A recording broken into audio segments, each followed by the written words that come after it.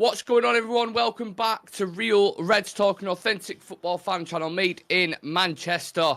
And we have some breaking news regarding one of our very own, Marcus Rashford, being sold as early as potentially January. If there are suitors, which we will dive into. We'll also talk about the specifics and why United have got to this point and why Ruben Amorim's got to this point. We want to talk about, there's a couple of quotes coming out from Diego Dalot and Harry Maguire on Ruben Amorim in terms of how he works as a coach, what they like about it, how they feel they perform in the system. We've got a couple of injury updates on Nasser Mazraoui and Mason Mount, and also just a bit of a reflection on Amorim towards the end, how he's done so far. Obviously, it's very early days, but I just want to kind of reflect on that. So, looking forward to the show, Sam? Yeah, man. There's always something happening with Manchester United, isn't there? And today is no exception. After yesterday's high as well, like of the absolute chaos that was the derby.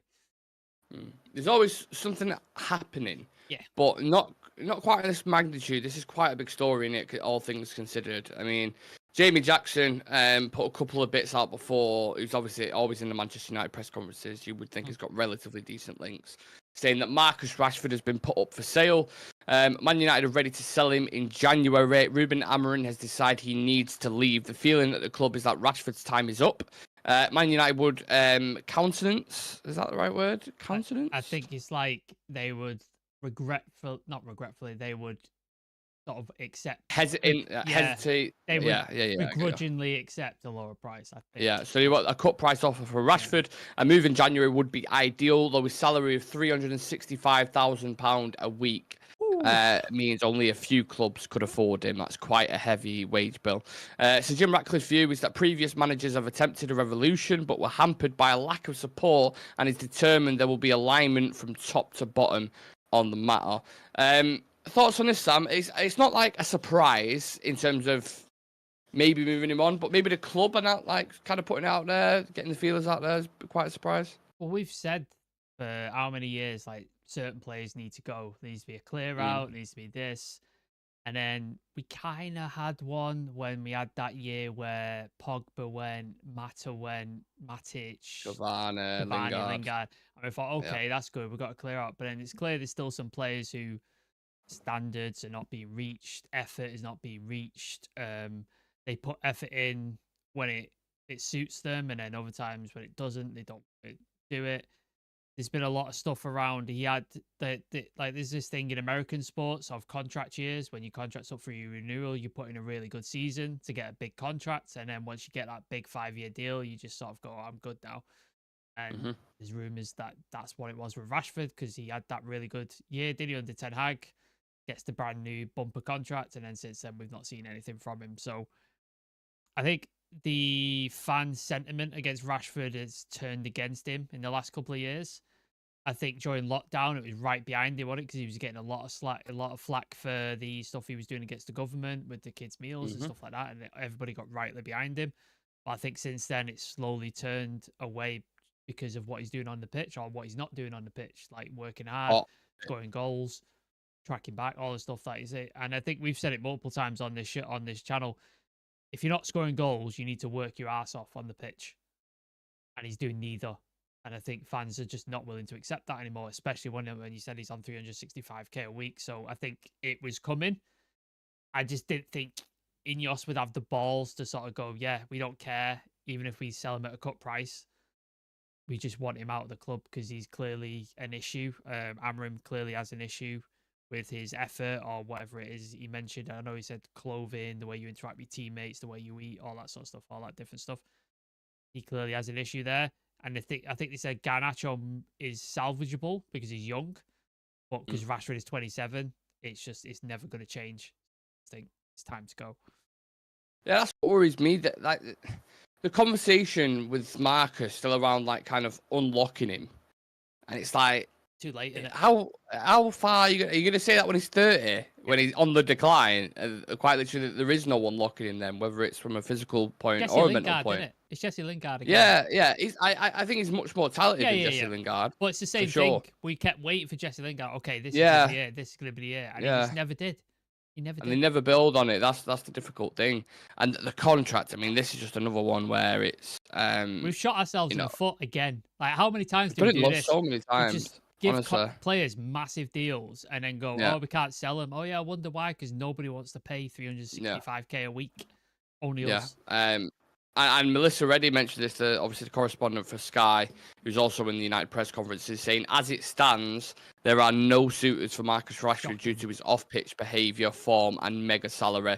This was the same issue in the summer. Ruben Amorim has been unimpressed with Marcus Rashford's application at Carrington and his general demeanour, which led to his omission from the squad for Manchester Derby. But to be, that's what I mean, the magnitude of that game, to drop someone. You really, really like putting your neck on the line there and saying like, no, this is the way we have to be. Even in one of the biggest games of the season for both teams, a Mancunian bought, you dropped. It doesn't matter. So it must be pretty like. Well, I don't know how bad it'd be in terms of what he's actually done, but I don't even think it's just like a massive one thing that he's done. I think the way the quotes seem, it seems like his overall demeanor, his overall attitude, and his overall application isn't there. Like I don't think it's just he had a bust up in training, or like the Jadon Sancho thing where you just refused to do what was asked of him. I don't think it's that one thing. I think it's just his overall demeanor, and you see it on the pitch though, don't you? Like he just looks uninterested, not happy. He's chucking his arms up. Like he just doesn't look like he's fully interested in it. And maybe that's going on in training, and maybe Ten Hag's just stuck with it because the previous year he pulled him out of the hole, didn't he? Like he saved Ten Hag's season by having that 30-goal season, and Ten Hag just kept hoping that was going to happen. Amorim doesn't have that illusion. Amorim's come in and gone, Ahmad's fucking killing it. Højlund's starting to come good. Mazraoui, De Ligt, Ugarte, you're not performing. You're not working hard enough. And gone, I'm not having you. And he's out of the team. This sounds like a stupid question because obviously we've had peaks and dips with him all the time before. But do you think this could actually be a genuine wake-up call for him? Because he seems to have had it easy quite a lot of the times at United where it's like, oh, here's a new contract, don't matter how bad you're playing, you're going to play in the team anyway. Yeah. But what's he thinking now, seeing these reports that are coming out that United are actually going to sell him and this is your time up now, we're not carrying any passengers, we can't afford to do that anymore, you're gone. Do you not think that would give him a kick up the backside? I don't think so, because I think he would have done it by now. I think if United meant as much to him as we all think he did, he would have put the work in by now. Brand new manager, you think, I've got a clean slate, I've got a brand new, fresh approach, and Amorim has said, hasn't he, like, everybody gets clean slate, everybody's going to get, like, an opportunity, and you've seen it. Everybody has got an opportunity, pretty much. I don't think any player has not played. Every single player in the squad has played. So he would have had the opportunities to impress, and he hasn't done it. Other players have took the opportunity and impressed. Like Harry Maguire, how many times were we saying he's going to be sold, he needs to go, blah, blah, blah. Yeah. And he's come back in, he's worked hard, he's improved his performances, and he had an absolutely fantastic game against City. Really good. Yeah. So it's not out of the realm of possibility to turn that form around and be better and like fight your way back in. Like it's doable, and he's not done it. So I don't know what else we need to do to make him sort of see sense. Like maybe a move away, fresh environment, less pressure, less focus on him. Maybe then he can play his football and enjoy himself again. I don't know. Well, Dave Brailsford is the guy who pushed that narrative of small margins. Some people really tap into that, some people don't. People have different views on it. But I believe by doing things like this, by just being straightforward and say no bullshit, because that's something Amorim's great at. I think is a great communicator. By pointing it out there and saying and doing things like this, it might not look like it have a massive effect initially, but all these things add up. All these small margins add up to one. To get that culture back in, because so many managers have come in and tried it, and the dressing room has always won every single time. So actually now, you finally have like a team in Barada and Wilcox and all these guys who are like, no, we're aligned on one vision. We want to get to this point, and we all have the same, kind of dream together. And if this involves making tough decisions like this, which they've obviously made with cost cutting and things anyway, then this is the way we've got to do it. Well, it says in that article, doesn't it? So Jim thinks other managers have tried to revolutionize and change things, and they haven't been backed. And that's clear. Like, I think Jose Mourinho, when he was on the Sky Sports thing, saying when he did United, he said there's still players there I wanted to get rid of. They're still there. And Rashford would have been one of them. I guarantee it. Um, 1,000,000%. Ragnick, like I most played short on our channel. Ragnick going, this team needs open heart surgery. 10 players need to go. Yeah. And yeah, how many times have we come back to that and people have gone, Ragnick was right, and we were saying it all along. Like he's right. Like he's 100% spot on. And there's still players in this team that need to go now for different reasons, like Rashford, attitude, and stuff like that. Jadon Sancho is another one. I think he's now gone, hasn't he? I think he's confirmed sale. Yeah. Luke Shaw's another one. Like there's players like that where you like they have to go. Just Got to be doesn't work anymore. And I think you saw as well. I think Ronaldo on Paddock brought this up today on the podcast. You saw the unity between the team at the end of that City game. How together they were, how that united feeling was there again, and don't think I've seen that in a long time. Like everybody's gathering around Ahmad, everybody grabbed hold of him and stuff, and they were pushing him towards the crowd. They were all clapping and chanting and happy.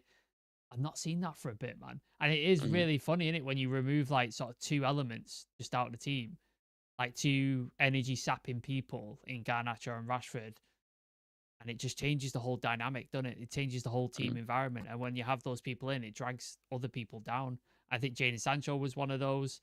And I think Paul Pogba's one of those type of people. Like when things aren't going well, they are the worst people to have in the dressing room because they just pull energy away from Rashford for me he's never the one thing that's already annoyed me about him is when I watch him, he doesn't look like he's proud to play for the club. Although some of the interviews you see when he talks about Old Trafford, like, oh, there's like a noise, there's like an ambience to it. I love to sit in there on my own. If you don't think I'm trying for United, then you don't know what you're on about. And, you know, it's a bit of lip service for me because when I see it on the pitch, look at Ahmad against City.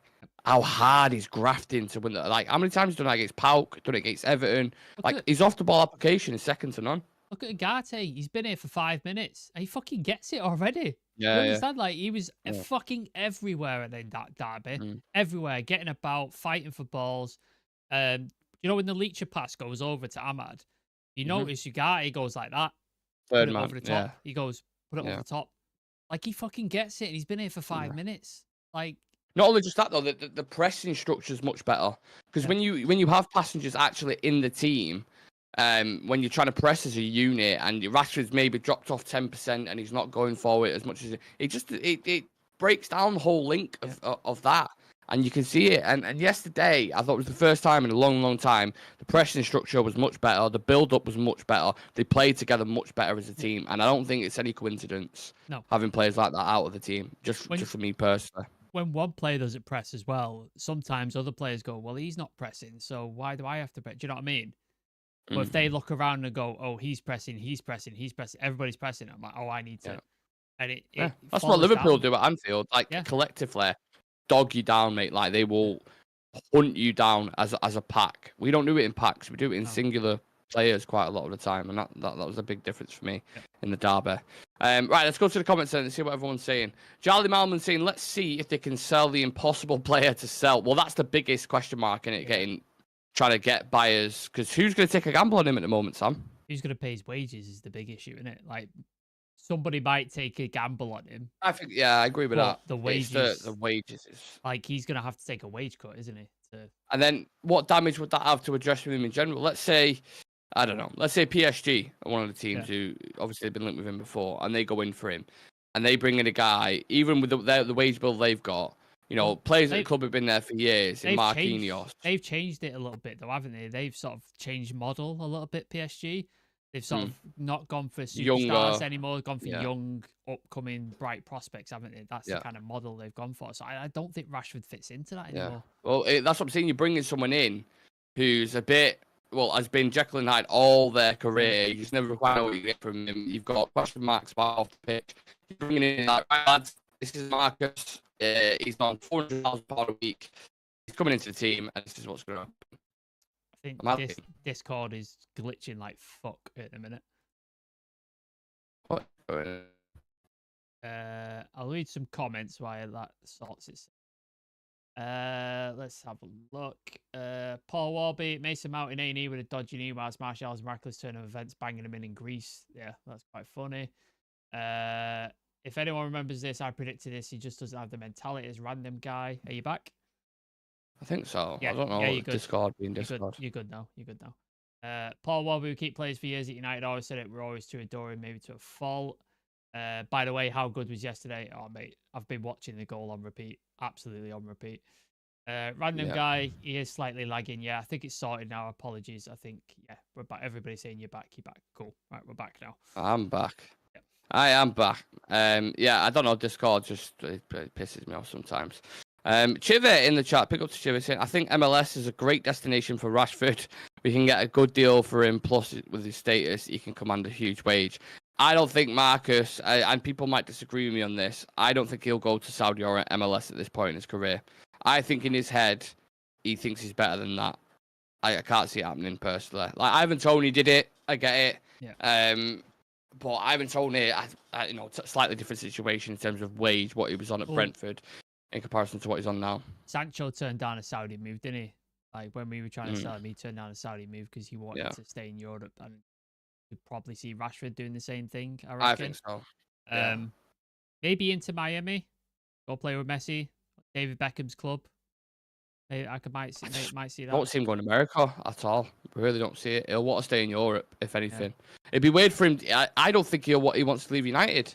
Well, yeah. Genuinely, I think he probably doesn't, but you're not going to play. Like, what are you going to do? You know what I mean?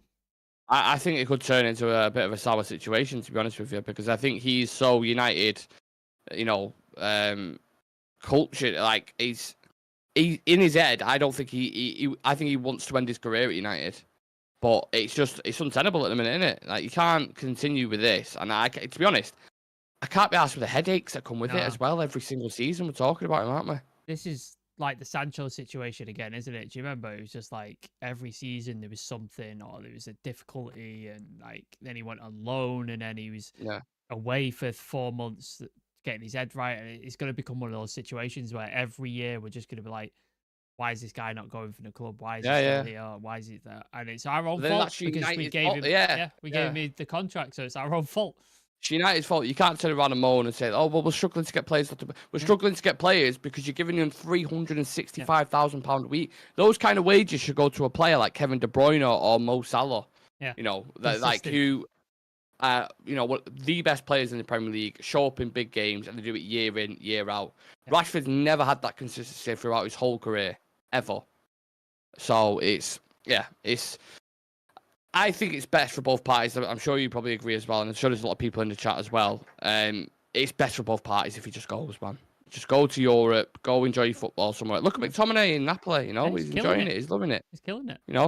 I know we always joke and say like, players should go to the Italian league, but just go somewhere in Europe, enjoy football, and just go away from the scrutiny. And you'll still be remembered for great moments for United. It's not like you've been tarnished, but it's just not worked out. You could probably go to an Italian club and play in the Champions League, compete for titles, compete for stuff like that, win trophies and stuff, but just can't be at United anymore, I don't think. Just don't think he's that guy. And we've lost big players before, like we've lost Roy Keane, David Beckham, Ronaldo, Ruud van Nistelrooy. Big players have gone for this club, and you carry on. No player can be bigger than the club, and I think he needs to sort of look at that.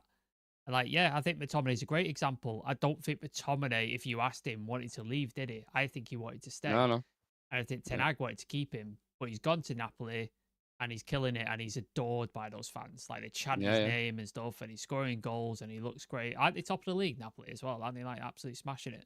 I don't know about being top. I think Atalanta's at top, but they're certainly in contention. Yeah, I think they're in the top 4. Go enjoy yourself. Go have a great time in Italy.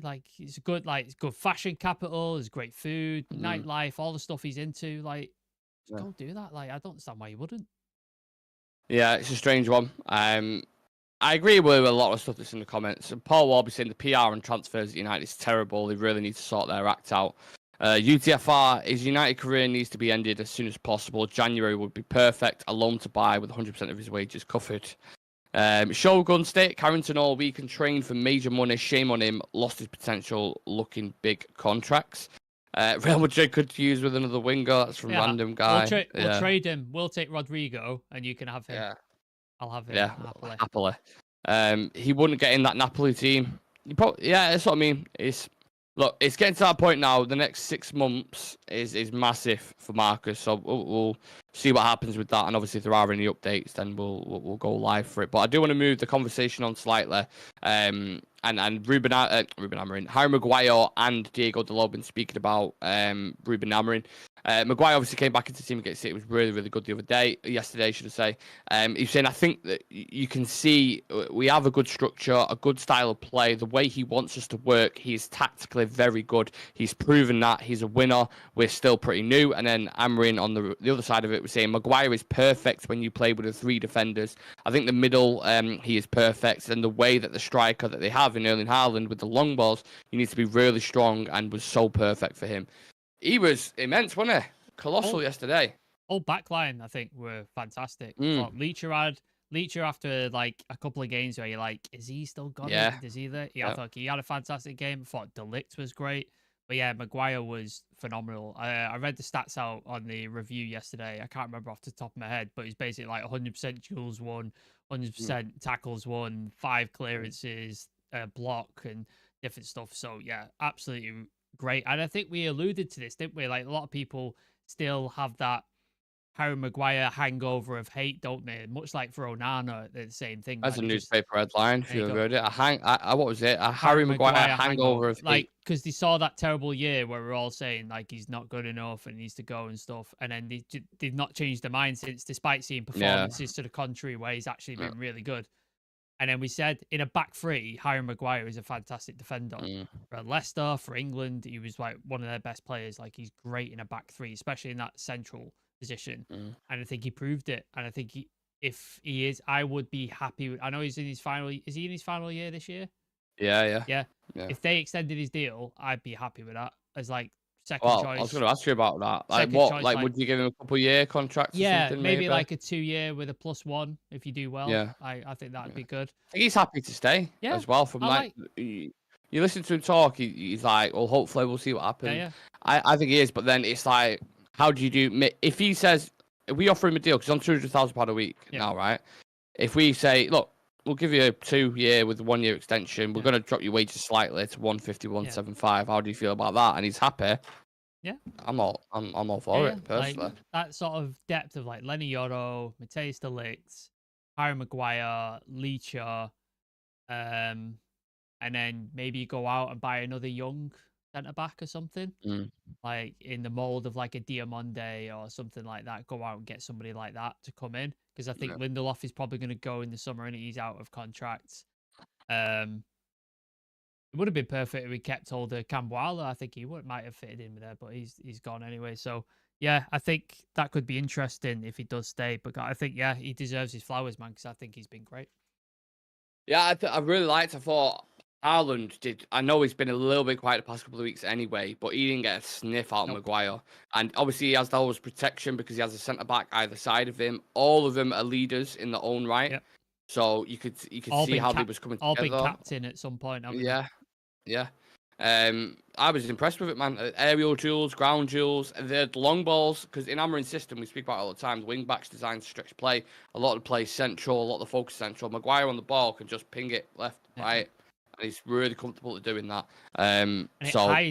It hides his weakness of like mobility and speed, because he doesn't have to come out. He doesn't have to sort of run out to sort of intercept a ball. He can stay on that back line and sort of do, like you said, the Haaland job where he sort of blocks him off, like wrestles with him, that kind of stuff. And then the other 2 centre-backs can do that work for him, go forward, make the passes and stuff. Like, it all plays into his strengths and hides his weaknesses, which is what good managers do. I think we touched on it before even Amorim came in. We was looking at players who could potentially do well. I think Ahmad was the player that we mentioned. We definitely mentioned Maguire. We said Majari is a chameleon anyway, so we'll likely fit in. Ugarte will step up, which he has. And it's happening at the moment. Look, it's still 12th, 13th in the league, so it's long way to perspective. But I think he had a really good game. Diego Dalot's also been speaking about Ruben Amorim. He said the message from Amorim was clear from the beginning. If you want to succeed and if you want to thrive, then you have to suffer. That's not just in football, but in life. You have to work hard. If you want to succeed at this club, you have to suffer. And if you're ready to do that with us, we're going to be a good team. If you're not, then there's no space for you, which is a pretty clear message. Thoughts on Dalot? Because I'm not I remember Aaron pulling this up actually when he was in his good spell, to be fair to him.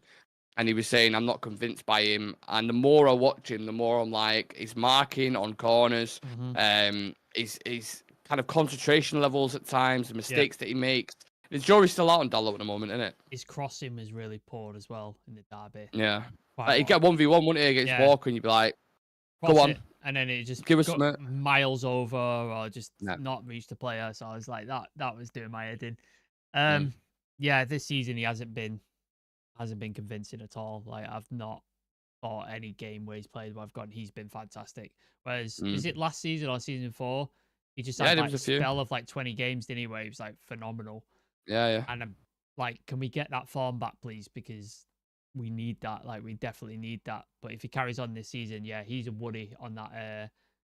Especially on the left hand side. He played the left hand side, didn't he, yesterday? Yeah, that was a worry. I really didn't think he had a good game, and he's not had a good game for a while. So yeah, he's a potential issue in that area, I think. The thing for me is, I look at the quality of Mazraoui. That's been a real eye opener for me, because the only wing backs we've had to judge under Ten Hag has been Wan-Bissaka and Dallo, and they're mid-tier wing backs. To be honest with your players, they are mid-tier. But because we've become accustomed to that, it's like that's all you know.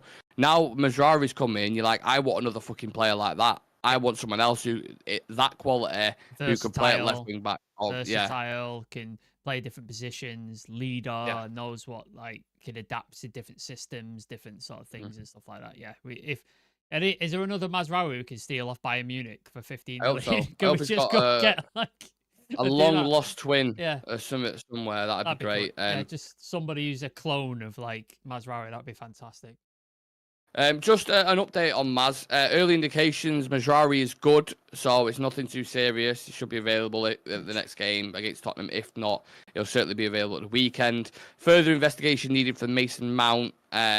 Too early for him to basically give an assessment. Hopefully it's not too long, but again, it's kind of written off in a lot of people's minds, which I absolutely understand. Mate, I felt really bad for him when I saw him go down. He looked wounded, didn't he? Tears, and I was just like, oh, mate. I felt so fucking. I know it's not acceptable, like his injuries, but he doesn't want to be injured. The guy, he doesn't want the fucking injury. And when he went down and Bruno's hugging him and people are hugging, I was like, oh fuck's sake, man!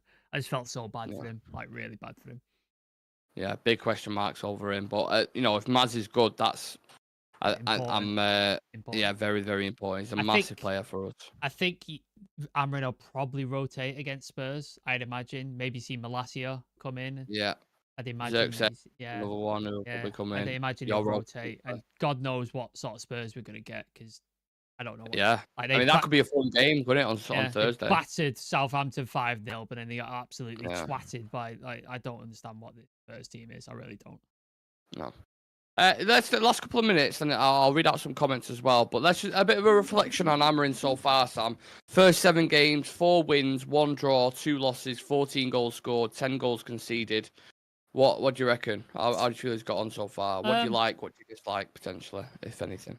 There's some work to do for sure. I still think our attack needs work. Still think there's some work to do there, because Ahmad aside, we lost you. Is he still here? Oh, Discord is fucking us over again. Still here? Is he gone? What? Just go. Okay. Yeah, I like. I think the attack needs work. I think Ahmad is a probably standout player where you're like, he's 100% in that attack. He's going to start most games if you sort of need to win. Højlund in Europe seems to be having a really good time. In the Premier League, less so. So there's question marks there. That number 10 spot, like, who do we put there? Like, Mason Mount would have been ideal, but he's injury prone. Bruno, he seems to be playing him mostly in that 8 position, doesn't he? But maybe shift him up into the 10. I really liked that Manu Agate pivot. I really like that. It's the best partnership for me. I think maybe you push Bruno up so you don't have to worry about that stuff, because I think sometimes he gets a bit carried away in fouls and stuff. I love our defense. I think that defensive line Maguire, Much more resolute in it. Leacher, Delit, or Delit, Yoro, Leacher, whatever way you want to do it. I think it looks really, really good. Onana kept it clean after having a couple of mistakes. So hopefully his mistake little blip is over. I don't want to see any more of that. But apart from those mistakes that he's had recently, he's been solid, I think. Mazraoui, we've spoke about him enough. Absolutely fantastic.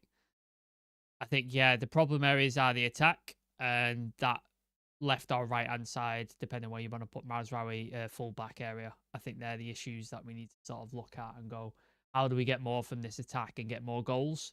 And how do we fix that wing back problem? Like, do we go out and buy like a Quenda? Do we go out and get a more defensive fullback? I need to figure that out. But yeah, those would be the two areas that I think need fixing. Like in my eyes, I like the options that you can rotate with as well. Yeah. Because Maz can drop in there, Yoro can come in. Obviously Leacher is starting there most games, but you can put Dallo over at right back. You can bring Malacia in at wing back. You can drop Bruno into midfield, swap Ugarte, Cobbe. There's quite a lot of flexibility in rotation. Yeah. The one thing I'll say is that the lineup that we had against City yesterday, I feel like if you're going to play the big teams away, if you're going to, let's say, Madrid at the Bernabeu or, Arsenal at the Emirates, those kind of teams you can set up with. Because obviously he went with Mazraoui because he's more defensive-minded at wing-back, I think. And obviously I pushed Ahmad up. So I'm okay with that. But if you're going to be a bit more attacking and you're going to push the team up and have that high line, I think Yoro needs to come into it. Yes. And potentially put Maz over at the left side of centre-half, have Delit or Maguire as your central centre-back, and then you can kind of tweak it and function then. That's what Ten Hag never did, didn't he? He never changed his team based on the opposition. He was like, no, this is the team. This is where I'm going to play. Doesn't matter who it was. And it wasn't until the end of the last season where he finally sort of changed things up and went pragmatic and got results from it. But the entire rest of the season, he just stuck with it. And that's another thing about Amarin. Like, he'll go, no, I'm playing this guy, so I'm going to tweak this. I'm going to move this guy. I'm going to tweak that.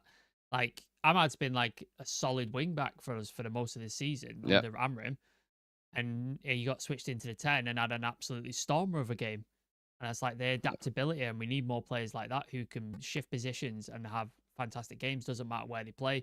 Like, so many times we've had players where they go, oh no, his best position's here, and if he doesn't play there, he doesn't play well. It's like, why have we not got more players like Wayne Rooney, who would have played fucking in goal and had a fucking great game? He played in midfield, he played on the left, played on the right, played up front, played in the 10. And he's a fantastic player. That's who we need more of. More Mazraouis, more Rooney's, more Ahmads. That's the kind of player we need. Look at the team we played yesterday. Like, Gavardiol has played centre-back, he's played left-back, he's basically played on the left wing for him. Stones has played in midfield, he's played as a right-sided centre-half, he's played in the middle. All the players, Bernardo's played at left-back, he's played as a DM, he's played, like, everywhere. You need that from your players, and that requires football intelligence, and I don't think we have a lot of players with football intelligence. However, UTFR has just put my wish list, basically, in the chat. But Quenda, Kvaratskhelia, and Gyökeres. The last two especially, I think Quenda's going to be very, very expensive, so I'm not sure about that one. But Kvaratskhelia and Gyökeres, my God, if you got those two players in this team, have Højlund someone to learn off, and Kvat in that inside winger spot. There's only so much erect I can get with that forward line. Yeah. That would be that. If you had Ahmad, Gyökeres, and Kvaratskhelia, that is a perfect front three. That is a good really good. That's a really good game. I loved Kvaratskhelia like in Napoli and stuff like that, and then went at the Euros for Georgia. It was great. Fucking hell, like what a player he is. Full-footed, carries it really well, super intelligent. Yeah, really. And Shreyas has been talking about him for ages. Like Shreyas has been on the Kvaratskhelia train for ages. So yeah, I really like him. Yeah, another player I like as well as Reinders, but I think he's just signing a contract with Milan, the midfielder for them at the minute. He's incredible. Well. He's really good. He's someone I would look at. But look, let me just dampen reality and expectations because when it gets to January, we ain't going to be doing any of that kind of stuff. No. It's nice to dream, I suppose. Yeah. But when we get to the summer, hopefully we can start looking at players like that. We'll just have to see the budget and who we can sell, etc., etc. Yeah. But we've got a long way until we get to that. We've got Spurs on Thursday night, or you call it Spursday night if you want. We'll do the preview for that tomorrow, should we, Sam? Yeah. Tomorrow night, we'll get the preview for that done. And yeah, look, it's busy period at United at the minute. Loads of news going off. I just want to say I did the pros and cons this afternoon.